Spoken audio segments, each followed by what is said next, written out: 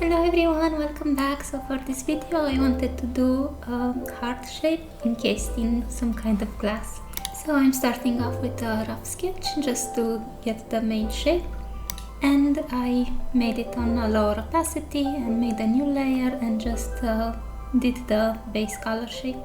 Now I want this shape to be well defined because I'm going to clip each and every layer on it. So it's important to have nice edges on it. It's better to play around with the shape and with the deformer, because at this stage it's easier to edit. After we are going to add some colors, it's gonna be a bit harder. So you should spend as much time as you need in this step. So for the next step, I'm making a new layer and added a bit of an airbrush and just start working a bit on the shape. Now for the highlights and shadows, just try and follow the roundness of the shape.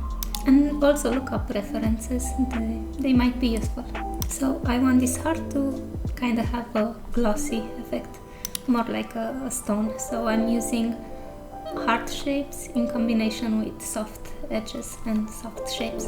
And for the brushes, I'm just using the lasso tool and the airbrush and just a normal round pen.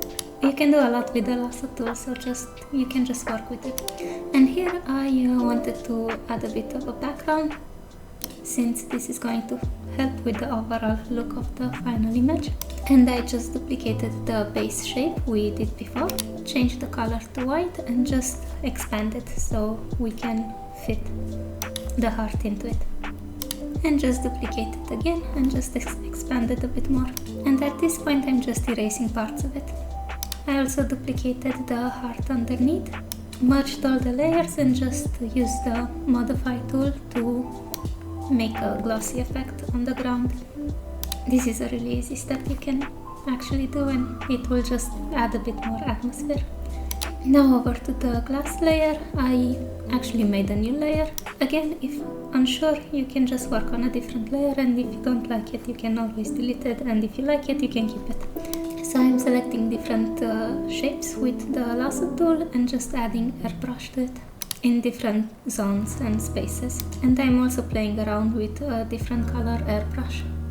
I would also suggest to keep the raw layers if you need to go back and select them and maybe just edit them. Otherwise you can just keep them hidden.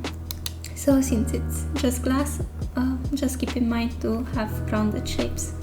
You can also do pointier edges as well, but you will get a different effect, more like a harsh looking glass. However, if you keep rounder edges, you would have a more lean type of material. So for the final steps, I'm just going back and forth on the background layer and on a new layer to add some sparkles and some dots just for atmospheric view. I'm also going ahead and just playing around with adding a different shadow color. Well, not shadow, more like a color accent, I would call it.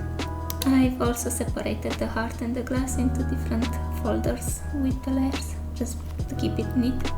And I'm just going around and just edit parts of it if I feel the need to.